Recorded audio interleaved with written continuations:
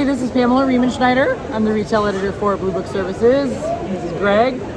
He's the director of media development, and this is the Produce Reporter Weekend Review Special Edition. You get that twofer. Bonus edition.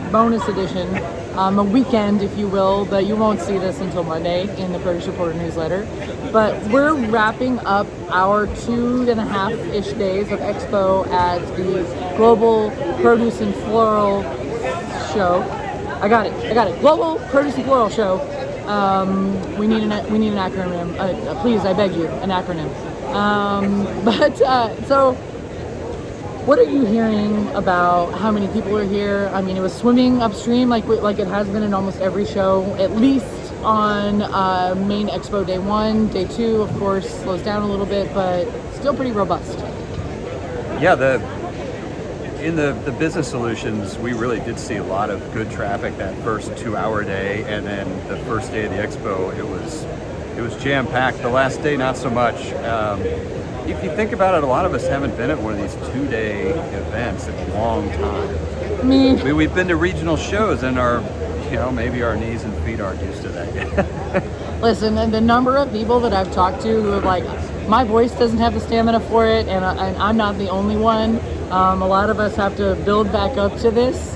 And there was a lot of, I just don't know. But once we all got here, I think we were all pretty pleased with what's going on. I talked to a lot of exhibitors who said the traffic was high quality and robust.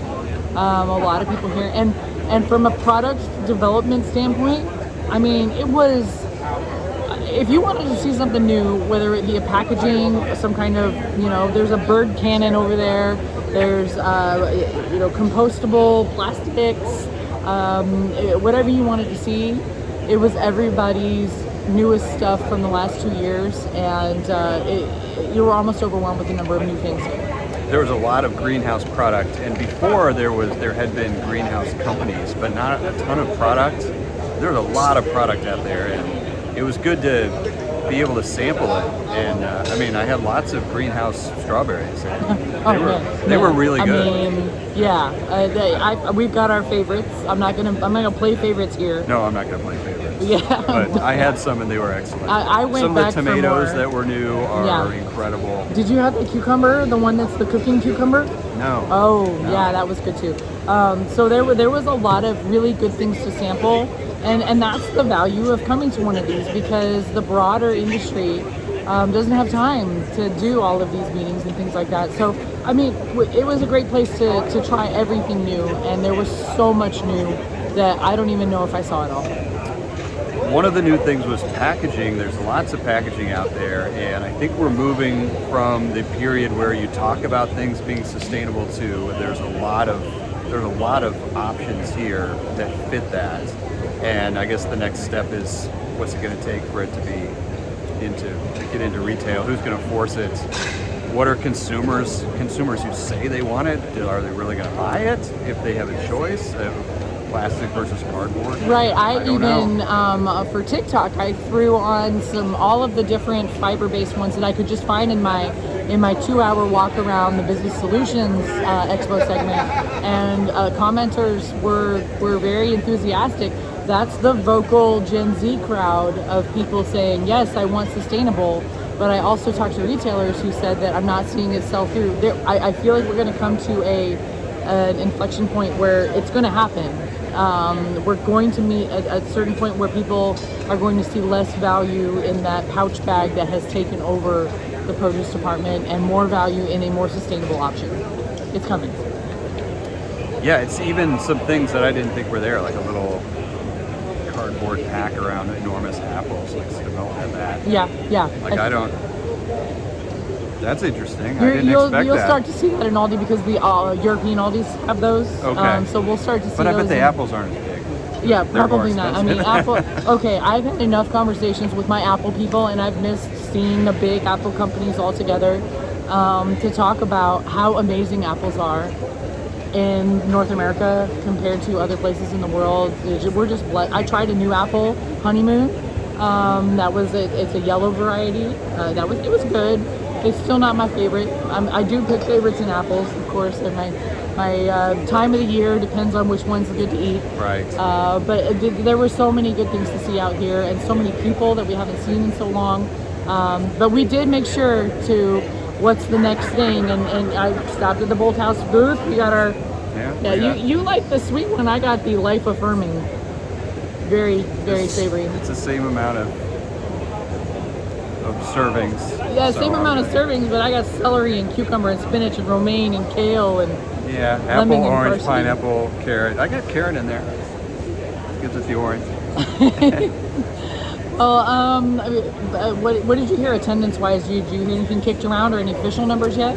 IFPA has not gotten us official numbers yet, but I did talk with some people in an unofficial capacity, and they said it'll be shy of 20, like probably closer to in the 16s, which would not make it the biggest show ever, like we had heard it might be. And I think no official on size of the expo, but it's not as big as some we've been to, Anaheim or maybe even one of the New Orleans ones. Yeah, there were some things that, I really, as a new organization, it hiccups and stuff, and I think things will get smoothed over. But now that we've had the show, the question will be, now what have you done for me lately? You put on a big show, okay. Let's hear the next thing from IFBA. I'm sure that what we're going to be doing is moving forward from the White House things. Jose Andres. It's gonna be political at White House. I mean, we're a couple weeks of the election, and I think the next bit of news will be coming out of DC.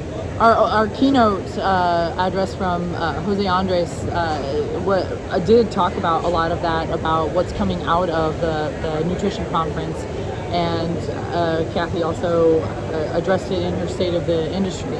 And so I feel like that's going to be like huge on the agenda of moving forward those, what was adopted out of the moonshot, and then what was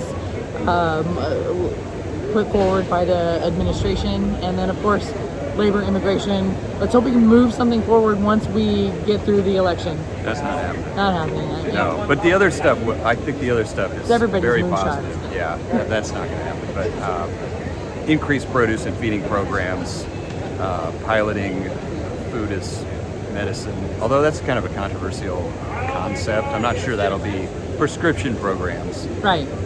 Those are really good. I think those will happen. All right.